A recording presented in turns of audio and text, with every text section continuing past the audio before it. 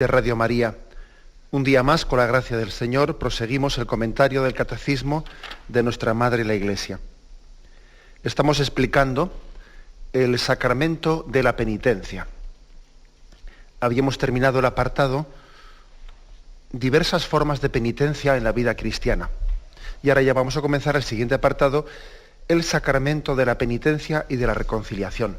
Entramos pues ya de una manera más explícita a explicar el sacramento mismo, puesto que hasta ahora el Catecismo había hecho una introducción en la que hablaba, previamente al sacramento, hablaba de lo que es la penitencia como camino de conversión, la penitencia que también es ejercitada mediante distintas formas de caridad, mediante una oración profunda, una humildad en la vida, etc. Pero ahora ya, a partir del punto 1440, que es con el que hoy comenzamos, hablamos ya explícitamente del sacramento de la penitencia y de la reconciliación.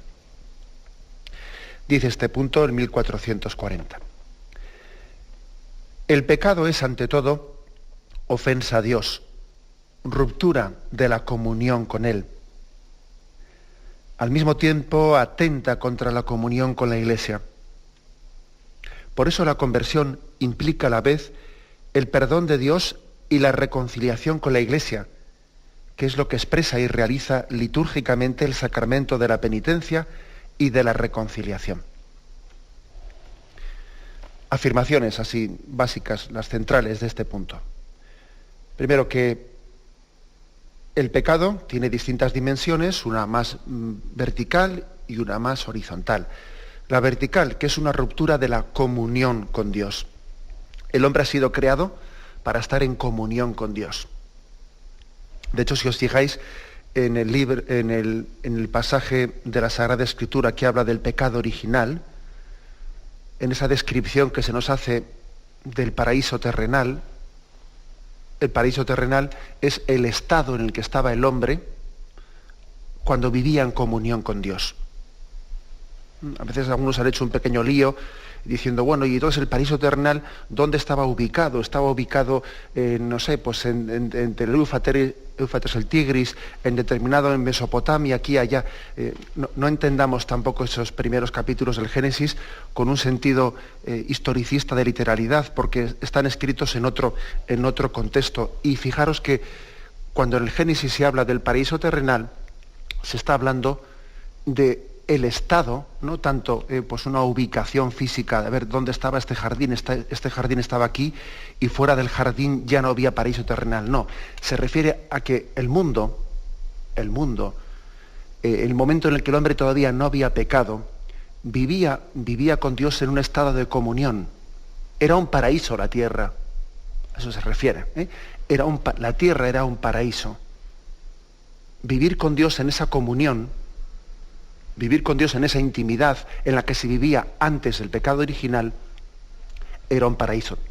Bien, eso nos ayuda a entender por qué se produce esa ruptura después del pecado original. Resulta que el hombre ya no vive en comunión con Dios, se esconde de Él. Adán y Eva oyeron los pasos de Dios en el jardín y se escondieron. Quiere decir que el hombre había dejado de estar en comunión con Dios. Sentía a Dios, pues, no como su amigo, no como su padre, no como su esposo, sentía a Dios de otra forma y se escondía de Él. El pecado es pues una ruptura de comunión. Y comunión que, además, recuerdo que en este programa tuvimos ocasión de insistir en que principalmente en la Sagrada Escritura había tres imágenes con las que se expresaba en la comunión. Una era la imagen paterno-filial, Dios es Padre; otra era la imagen esponsal, Dios es esposo; y otra la imagen de amigo. A vosotros ya no os llamo siervos, os llamo amigos.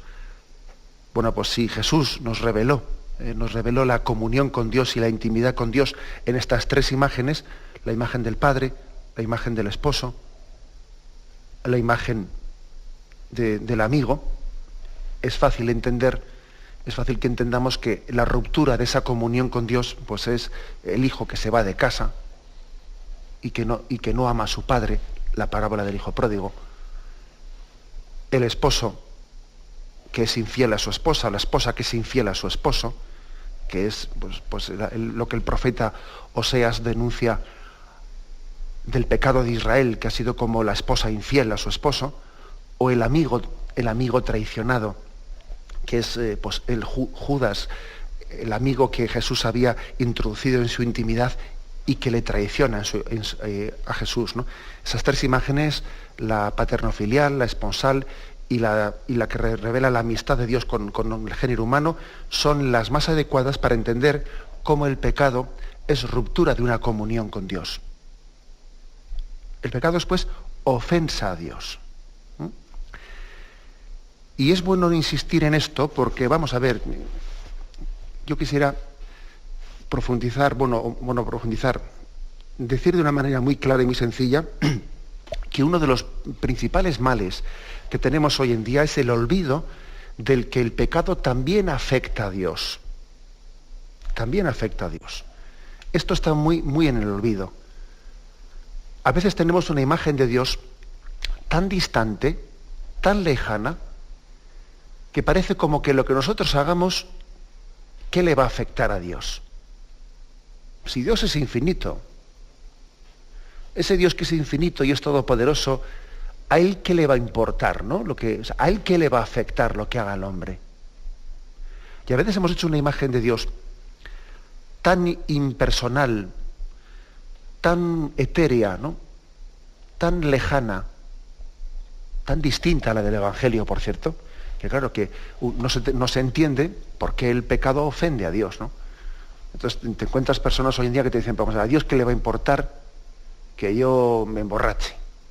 Total, yo me emborracho, y ¿a Dios eso qué le va a importar? ¿A Dios qué le va a importar que yo viva mi sexualidad de una manera o de la otra? Eso es una cuestión totalmente mía, intrascendente. ¿Qué le va a importar a Él? Y así un montón de casos más, ¿no? Y detrás de esas expresiones, que está la famosa también expresión esa de yo ni robo ni mato, si total yo no hago daño a nadie, y nadie se acuerda de la dimensión vertical de si yo ofendo a Dios o no. Bueno, detrás de eso hay una concepción de un Dios al que no le afectan mis obras. Detrás de eso hay un olvido de que Dios se ha comprometido con nosotros al amarnos de una forma tan estrecha que ya es imposible que nuestra respuesta pues no le afecte a Dios. Cuando alguien se compromete, es verdad que Dios es inmutable, y es verdad que Dios es infinito e inmutable. Entonces, claro, la palabra inmutable podría llamarse engaño, porque claro, inmutable es que haga yo lo que haga, Él no se va a mudar. Él, sí, pero ojo, una cosa es inmutable en su naturaleza, que es verdad, la naturaleza de Dios es inmutable. Pero otra cosa es que la persona de Dios, las tres personas de la Santísima Trinidad, Padre, Hijo y Espíritu Santo, han querido tener una relación libre de amor con nosotros. O sea, se han comprometido en una relación de paternidad, esponsal y de amistad con nosotros libremente. Entonces, cuando alguien decide amar libremente, lo que es imposible es que yo ame libremente y luego al mismo tiempo no me afecte la respuesta de esa persona. Eso es imposible. Eso es como la cuadratura del círculo. Un círculo no puede ser cuadrado y redondo, no. Si Dios ha decidido libremente amarnos, entonces claro que nuestra respuesta le afecta a su persona. Es verdad que lo que el hombre haga, efectivamente, no le va a influir a Dios. Pero afectivamente sí. Distingamos estas dos cosas. Efectivamente lo que yo haga, desde luego, no le va a afectar a Dios. Pues me refiero, si yo hago una barbaridad, si yo me emborracho, yo qué sé, uno es infiel a su mujer, etcétera, etcétera, ¿no? Y se mete en todo tipo de pecados, efectivamente hablando, eso a Dios no le va a afectar. A quien te afecta es a ti. Es como tirarte incluso si blasfemo, ¿no? Alguien blasfema. Esa blasfemia efectivamente le afecta a Dios. Hombre, a quien te afecta es a ti. Es como tirar una piedra para arriba, que lo que hace es inmediatamente baja para abajo y te pega en toda la cabeza, ¿no? O sea, es decir, al que le afecta esa piedra es a ti, no a Dios.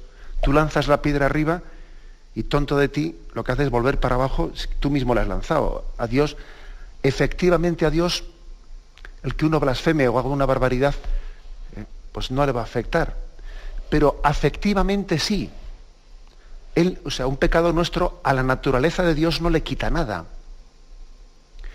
Pero sin embargo, afectivamente, al que ha querido amarte libremente, y lógicamente al amarte espera de ti una respuesta de amor, tiene derecho a esperarla de ti, afectivamente hablando sí le importa, claro. Entonces, en ese sentido, el pecado, claro que le afecta a Dios. Es una ofensa a Dios. Y no vale decir, como Dios es inmutable, a Dios ¿qué más le va a importar? No vale decir eso. Porque hablar así, en esos términos de Dios, pues parece que es hablar en unos términos como si Dios fuese una energía, como se dice a veces, ¿no? Que le tengo yo paquete a esa palabra de energía, porque a veces hablamos en esos términos de una energía como si fuese pues algo impersonal. Dios tiene un rostro. El rostro de Dios lo hemos conocido en Jesucristo, ¿no? De las tres personas divinas, especialmente una de ellas ha querido tener un rostro accesible a nosotros. Y Dios, por lo tanto, está a una distancia de nosotros que Él libremente ha querido ser afectado por nuestro pecado. Libremente. También hay que decir que eso es libremente, porque si no también no entenderíamos pues, la infinitud y la inmutabilidad de Dios. Pero es que Él libremente ha querido dejarse afectar. Cuando Él ha decidido amarnos libremente, pues dentro de esa decisión conllevaba esto otro, porque no se puede amar sin que uno se deje afectar, ¿no? La prueba es de que el amar conlleva la consecuencia de que uno después está lógicamente afectado por la respuesta del amor. La prueba es que hay muchas personas en esta vida, hay muchas personas que no quieren amar, no quieren comprometerse en una relación de amor, prefieren no enamorarse, intentan evitar el amor, pues porque saben que después eso conlleva sufrimientos. Saben que después su vida queda ligada a esa otra persona y hay disgustos, hay cosas. Y así hay personas que juegan al tonteo, juegan a tener, pues eso, ¿no? Aventuritas de fin de semana, pero cuidado, sin enamorarse y sin llegar a tener ninguna relación de amor verdadero con nadie, porque entonces si amo, luego sufro. Claro, pues eso es verdad, pero claro, también hay que decir que qué triste vida la de quien huye del amor por no sufrir. Dios no ha huido del amor por no sufrir. Dios nos ha amado, aun sabiendo que amando, le íbamos a complicar la vida, entre comillas, ¿no? Que son expresiones que referidas a Dios, pues ya sabemos que son siempre muy imperfectas y que hay que purificarlas, pero bueno, también entendamos las expresiones, ¿no? Dios sabía que cuando decidía amarnos libremente le íbamos a complicar mucho la vida. Y con perdón y con temor hablar de esta forma. Pero sí, ha decidido amarnos libremente. Por tanto, afirmación primera, muy importante. El pecado es ante todo ofensa a Dios, ruptura de la comunión con Él. El hombre ha sido creado para vivir en comunión con Dios. En comunión, en intimidad, que eso era el estado del paraíso terrenal, un estado de comunión en el que el hombre vivía con Dios. Que eso será el cielo, un estado todavía de intimidad muy superior a la del paraíso terrenal. Porque en el cielo tendremos una comunión muy superior todavía. Una comunión que supondrá ser hijos en el Hijo, ser hijos en Jesucristo. Y eso Adán y Eva no lo tenían. No lo tenían. Nosotros tenemos una relación de comunión pues mucho más intensa, porque cuando el Padre nos mira a nosotros, ve en nuestro rostro a Jesucristo. Y cuando el Padre mira a su Hijo Jesús, en Él nos ve a nosotros. Es una comunión infinitamente superior a la que estamos llamados, ¿no? En el cielo, que la que Adán y Eva estaban en el paraíso, en el estado del paraíso terrenal. Bueno, pues el pecado, por lo tanto, es ruptura de esa comunión, y el sacramento de la reconciliación será la restauración de esa comunión. Cristo viene a restaurar la comunión rota por el pecado. Lo meditamos un momento y seguimos enseguida.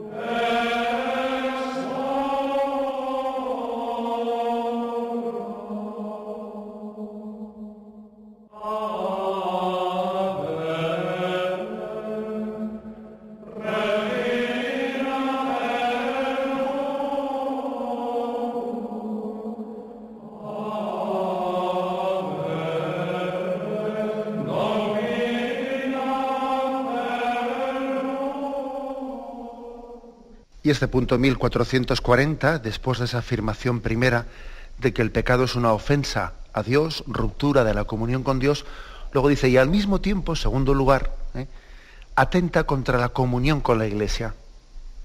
También el pecado pues es un atentado, una ruptura de la comunión con la Iglesia, la comunión con mis hermanos que forman parte de este cuerpo místico de Cristo que es la Iglesia. Una cosa sin la otra es imposible, es decir, formamos un cuerpo místico todos. Estamos todos unidos en Cristo. Tenemos entre nosotros un misterio, ese misterio que llamamos de la comunión de los santos, la comunión de los santos, en el que lo que uno hace afecta a otros. Por eso, fijaros, en la Iglesia Católica tenemos pues esa veneración tan grande hacia los santos, y aquí en Radio María también, pues todas las mañanas, cuando se hacen las oraciones de la mañana, pues se hace una breve reseña del santo del día, etcétera. El santoral católico tiene razón de ser no por curiosidad, no por datos históricos, no, sino porque todas esas vidas que se nos están leyendo, que se nos están diciendo, hoy es tal, hoy es cual, hoy está el santo, y el otro, hemos recibido como por un misterio de los vasos comunicantes, hemos recibido de la abundancia de la gracia de esos santos. O sea, Dios ha derramado en ellos, en esos santos, una gracia tan abundante que después ellos todavía les ha sobreabundado y han sido instrumento de Dios para que esa gracia se difunda a otras partes del cuerpo místico. Hay pues dentro de la Iglesia un misterio de comunión en el que un santo, su santidad no comienza, o sea, comienza en Dios, pero no termina en Él. La santidad comienza en Dios, pero no termina en la persona santificada. No, en absoluto. La santidad comienza en Dios, la recibe una persona, un santo, pero de esa se produce una especie de efecto difusivo. Un efecto difusivo es como un terremoto, como una onda expansiva, como una onda expansiva que está concatenando, ¿no? Es una concatenación de gracia tras gracia. Pues si la santidad se difunde, es difusiva, si el bien es difusivo, también hay que decir que hay una concatenación de desgracias, también hay que decirlo, aunque no sea en el mismo sentido que lo anterior, porque no es lo mismo, ciertamente. Pero sí que podríamos utilizar el símil, la metáfora, de una manera pues analógica, pero es cierto también que el mal afecta a nuestros hermanos, y es una ruptura de la comunión con ellos. Claro que es una ruptura de la comunión. Y entonces, en ese sentido, el pecado también afecta a la comunión con la Iglesia. Es una ruptura de esa comunión en la que todos hemos sido insertados por el bautismo. Y aquí está la afirmación, por lo tanto. Luego, por eso la conversión implica a la vez el perdón de Dios y la reconciliación con la Iglesia. Entonces, fijaros, una cosa muy importante. Y entonces dice uno, yo porque, típico argumento, ¿no? Que estoy convencido que todos los oyentes, si no lo hemos dicho, porque también aquí todo el mundo participamos de este virus de secularización que está un poco en el ambiente, que aquí todo el mundo tenemos parte del catarro, y el que esté libre de ese catarro que tire la primera piedra. Quiere decir que a todos se nos han infiltrado criterios secularizados, etcétera, ¿no? Digo que quien no ha participado de este virus seguro que lo ha oído. ¿Cuántas veces hemos dicho, vamos a ver, yo, ¿por qué tengo que ir a la iglesia a pedir perdón a Dios? ¿Por qué tengo que ir a un sacramento allí y decírselo a una persona, a un cura? ¿Yo por qué no me confieso directamente con Dios? La típica cosa que hemos escuchado, pues eso, ¿no? No sé si antes igual más que ahora, pero vamos, igual ha habido unos años por lo menos en los que este ha sido el ronroneo continuo, ¿no? Pues fijaros, aquí tenemos una respuesta a esta pregunta bien clara. ¿Yo por qué tengo que ir a la iglesia a pedir perdón y no le pido a Dios directamente perdón? Incluso hay personas que te dicen, yo me confieso con Dios todas las noches, y bueno, entiendo que que puedan decir con eso, puedan querer decir con eso, que todas las noches hago un examen de conciencia y le pido perdón, ¿no? Pero ojo con decir esa expresión como si eso fuese asimilable o equiparable al sacramento de la penitencia. O sea, ojo, no hagamos un autosacramento, que yo mismo me hago un sacramento. Bueno, ¿por qué? ¿Por qué, por lo tanto, el Señor ha puesto el sacramento de la penitencia ligado a la mediación de la Iglesia, de un sacramento? Bueno, pues por esta razón, bien clara, porque el pecado no solo ha sido una ofensa a Dios, es que el pecado también ha sido una ofensa a la Iglesia, ha sido una ofensa a mis hermanos. Luego, no basta con que yo le pida perdón a Dios de una manera directa, sino que es lógico que Dios haya puesto el instrumento del perdón por la mediación de la Iglesia, porque también mi pecado ha ofendido a los demás. Luego yo, cuando me acerco al sacramento de la penitencia, estoy pidiendo perdón primero a Dios, a través de un ministro suyo, pero también estoy pidiendo perdón a la Iglesia, a través de un representante suyo.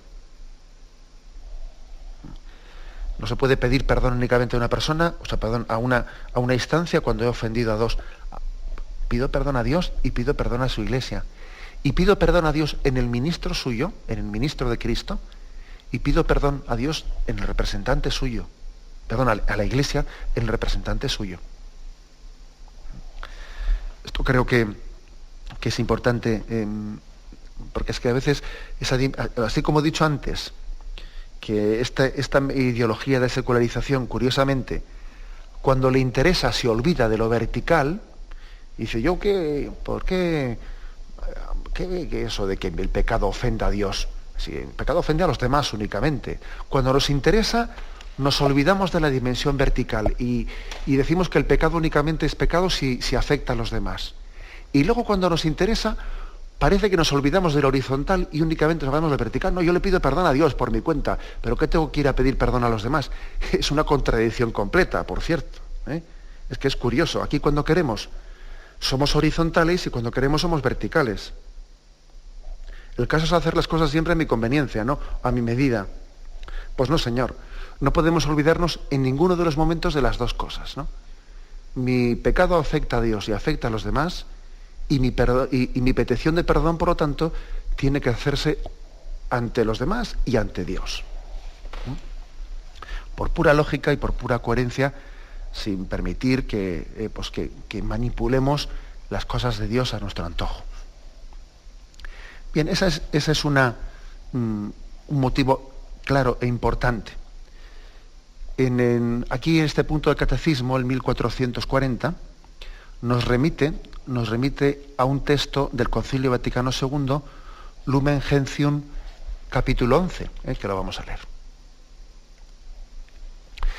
Los que se acercan al sacramento de la penitencia obtienen el perdón de la ofensa hecha a Dios por la misericordia de éste, y al mismo tiempo se reconcilian con la Iglesia, a la que pecando ofendieron, la cual con caridad, con ejemplos y con ayunos, les ayuda en la conversión, les ayuda en su conversión. Veis un texto bien claro, ¿no? En el que se habla de la doble dimensión del pecado. Ofensa hecha a Dios y al mismo tiempo la Iglesia. Luego la reconciliación es la reconciliación con Dios y al mismo tiempo con la Iglesia. Ojo pues, ¿no? Yo quiero llamar la atención frente a esa manipulación en la que se desligan esos dos aspectos, ¿no? Esos dos aspectos.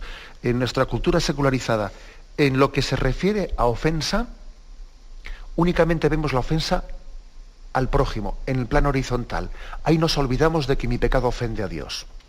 Sin embargo, en el tema de la reconciliación, cuando no de ofensa, sino de reconciliación, se plantea, entonces únicamente pienso que yo me reconcilio con Dios, pero nos olvidamos de la dimensión horizontal de que yo me tengo que reconciliar con mis hermanos y con la Iglesia a la que he ofendido. Qué curioso, ¿no? No se puede desligar lo vertical y lo horizontal, la relación con Dios y la relación con los demás. Podríamos intentar apoyar esta afirmación de que esas dos dimensiones pues, son inseparables en muchos pasajes, ¿no? Pero me voy a servir de uno que es en Génesis capítulo 4, en el episodio del asesinato de Abel por parte de su hermano Caín, porque es que tiene unas palabras hermosísimas en las que se expresa claramente la unión de esa dimensión vertical y horizontal. Lo que yo hago a mis hermanos afecta a Dios, lo que yo hago a Dios afecta a mis hermanos. También Abel, dice Génesis 4:4, también Abel hizo una oblación de los primogénitos de su rebaño y de la grasa de los mismos. Yahvé miró propicio a Abel y a su oblación, mas no miró propicio a Caín ni su oblación, por lo cual se irritó Caín en gran manera y se abatió su rostro. Yahvé dijo a Caín: ¿por qué andas irritado? ¿Y por qué se ha abatido tu rostro? ¿No es cierto que si obras bien podrás alzarlo? Mas si no obras bien, a la puerta está el pecado acechando como fiera que te codicia y a quien tienes que dominar. Caín dijo a su hermano Abel: vamos afuera. Y cuando estaban en el campo, se lanzó Caín contra su hermano Abel y lo mató. Yahvé dijo a Caín: ¿dónde está tu hermano Abel? Contestó: no sé. ¿Soy yo acaso el guardián de mi hermano? Replicó Yahvé: ¿qué has hecho? Se oye la sangre de tu hermano clamar a mí desde el suelo. Es hermoso este pasaje, es emocionante, es contundente, porque fijaros cómo dice: se oye el clamor de la sangre de tu hermano derramada en el suelo, clama a mí, se está elevando a mí. Es decir, esa ofensa tan grave, ¿no?, que Caín ha hecho contra su hermano, se eleva hasta Dios, le afecta a Dios. El hombre no puede pecar contra su hermano sin pecar al mismo tiempo contra Dios. Y nosotros no podemos pecar contra Dios directamente sin que eso tenga repercusión contra nuestros hermanos, ¿no? Hay esa doble dimensión que está estrechamente unida. Tenemos un momento de reflexión. Solo Dios perdona los pecados, porque Jesús es el Hijo de Dios, dice de sí mismo: el Hijo del Hombre tiene poder de perdonar los pecados en la tierra, y ejerce ese poder divino. Tus pecados están perdonados. Se cita Marcos capítulo 2, ese episodio del paralítico sanado, lo vamos a leer. Entró de nuevo en Cafarnaún. Al poco tiempo había corrido la voz de que estaba en casa. Se agolparon tantos que ni siquiera ante la puerta había ya sitio, y él les anunciaba la palabra. Y le vienen a traer a un paralítico llevado entre 4.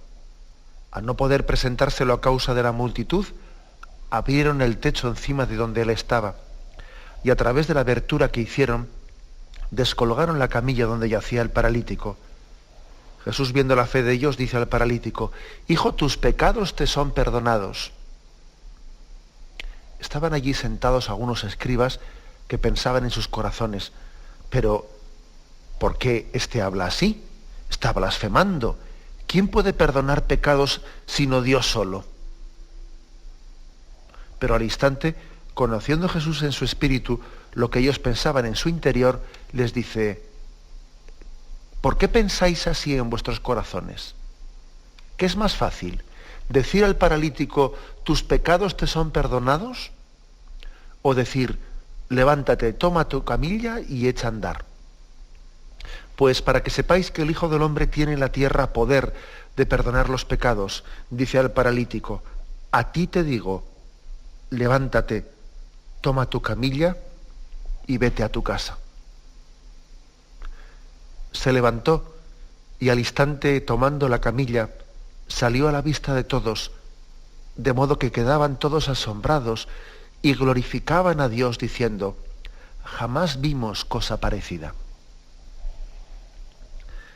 Este punto, el 1441 del Catecismo, hace referencia a esto, primero, por distintos puntos, ¿no? Primero, para hablar de que solo Dios perdona los pecados.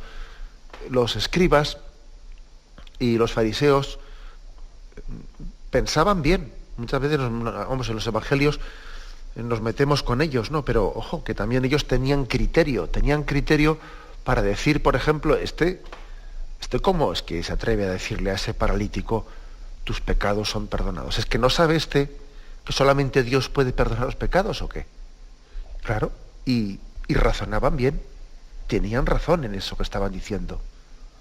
Claro, lo que no se percataban era de que se les estaba revelando, descubriendo la divinidad de Jesucristo. Ahí no llegan, pero por lo menos lo primero que han dicho está muy bien formulado, claro. Claro, está muy bien formulado. Como si el pecado ofende a Dios, ¿cómo va a venir alguien que no es Dios a decir, te perdono? Es como si, pues es que es una cosa absurda, ¿no? Es como si alguien, si yo le robo a otra persona, pues no sé, una persona determinada, y luego viene otra que no tenía que ver nada con la que le he robado y me dice, te perdono, pero si no te he robado a ti, si le he robado al otro, ¿cómo me dices tú, te perdono? Claro, si es que es de sentido común. El que tiene que decir te perdono es aquel al que le has robado, ¿no? Pues es que aquí pasa lo mismo. ¿Cómo es que Jesús le dice a este paralítico, tus pecados están perdonados? Claro, solamente se lo puede decir bajo un argumento, ¿no? Bajo una razón de ser. Es que Él es Dios. Él es el Hijo de Dios hecho hombre entre nosotros. Solo Dios perdona los pecados, porque lógicamente Él es el ofendido y Él es el que puede hacerlo. Cualquier otra cosa sería una pamema, como se dice. De Jesús, en este Evangelio de Jesús decimos que Él tiene poder de perdonar los pecados en la tierra. Dice, pues para que veáis que el Hijo del Hombre tiene poder para perdonar los pecados en la tierra. Por lo tanto, la curación de este paralítico fue pues un don de Dios, una gracia de Dios para revelarnos que Cristo es el enviado del Padre, el que tiene poder para perdonar los pecados en la tierra. Y que lo ejerce. Verdaderamente es impresionante el poder comprobar cómo Jesús ha venido a ejercer ese perdón. También tenemos otro pasaje, el de Lucas 7, 48. Lo leo desde unos versículos anteriores. También lo cita aquí el Catecismo. Había en la ciudad una mujer pecadora pública, quien al saber que estaba comiendo en casa del fariseo, llevó un frasco de alabastro de perfume, y poniéndose detrás a los pies de él comenzó a llorar, y con sus lágrimas le mojaba los pies, y con los cabellos de su cabeza se los secaba, besaba sus pies y los ungía con perfume. Al verlo el fariseo que le había invitado se decía de sí, si éste fuera profeta, sabría quién y qué clase de mujer es la que le está tocando, pues es una pecadora. Jesús le respondió, Simón, tengo algo que decirte. Y dijo, di, maestro. Un acreedor tenía 2 deudores. Uno debía 500 denarios y el otro 50. Cuando no tenían para pagarle, perdonó a los 2. ¿Quién de los 2 le dará más? Respondió Simón, supongo que aquel a quien perdonó más. Él le dijo, has juzgado bien. Y volviéndose hacia la mujer, dijo a Simón, ¿ves a esta mujer? Entré en tu casa y no me diste agua para los pies. Ella, en cambio, ha mojado mis pies con lágrimas y los ha secado con sus cabellos. No me diste el beso. Ella, desde que entró, no ha dejado de besarme los pies. No ungiste mi cabeza con perfume. Ella ha ungido mis pies con perfume. Por eso te digo que quedan perdonados sus muchos pecados, porque ha mostrado mucho amor. A quien poco se le perdona, poco amor muestra. Y dirigiéndose a ella le dijo, tus pecados quedan perdonados.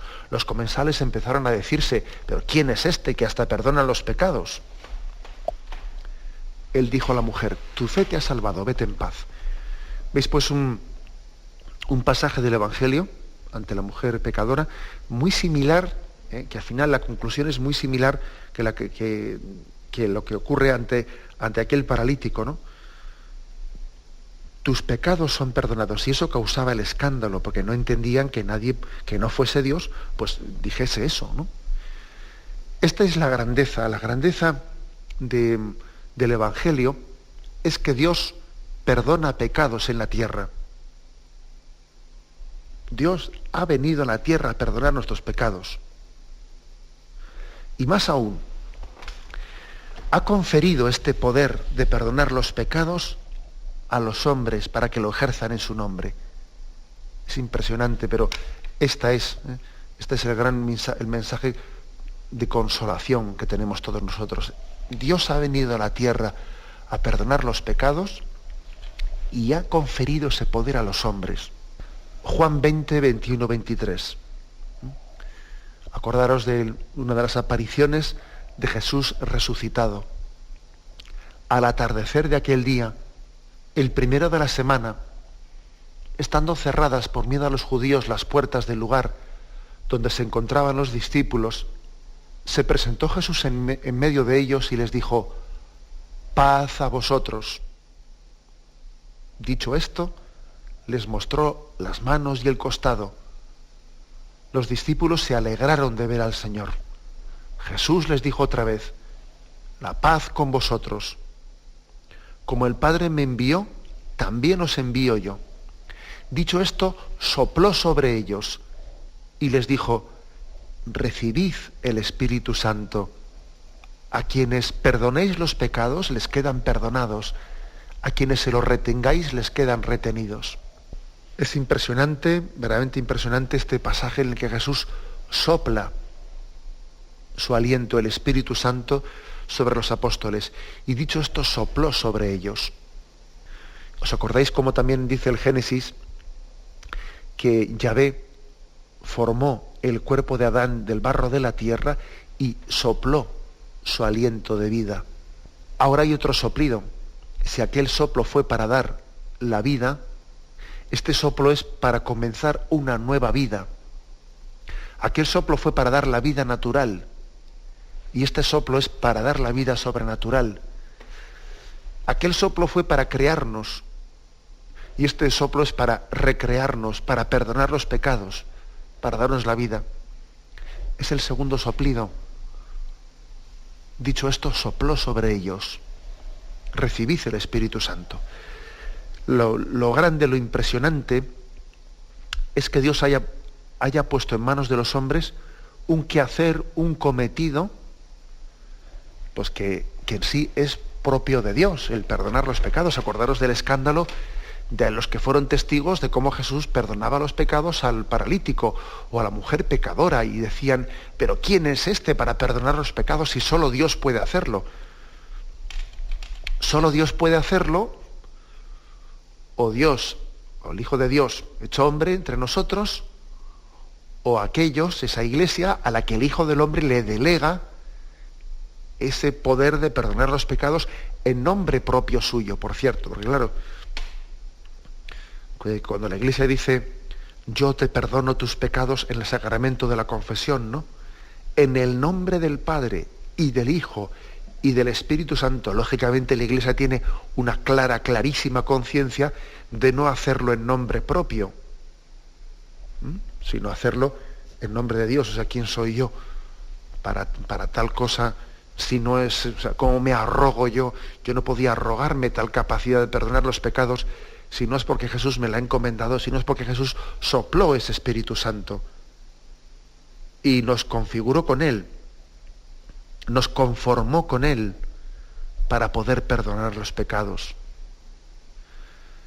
Lo impresionante, la misericordia de Dios es tan grande que quiere que su perdón esté siempre al alcance, siempre con un signo visible y no invisible, ¿no? Al alcance, visible, que es otro signo más de misericordia de Dios, que quiere que su perdón pues sea algo totalmente al servicio de nosotros los pobres pecadores, ¿no? Bien cercano a nosotros, como Él se ha querido acercar a través de los sacramentos y quiere que el pan y el vino sean tangibles, igual que le dijo a Tomás: trae tu mano y toca mi costado, toca mis llagas, toca y mira que está cerca de ti, que no es un fantasma. También ha querido que el perdón sea tocable, tangible, a nuestro alcance. Ha querido hacer un signo visible, una mediación visible de ese perdón. Yo creo que es uno de los motivos por los que Dios en su misericordia ha querido delegar de forma visible, ¿no?, a sacramentos visibles para que ese perdón de Dios esté más cercano a nosotros todavía. Bien, dejamos aquí el comentario del Catecismo. La bendición de Dios Todopoderoso, Padre, Hijo y Espíritu Santo, descienda sobre vosotros. Alabado sea Jesucristo.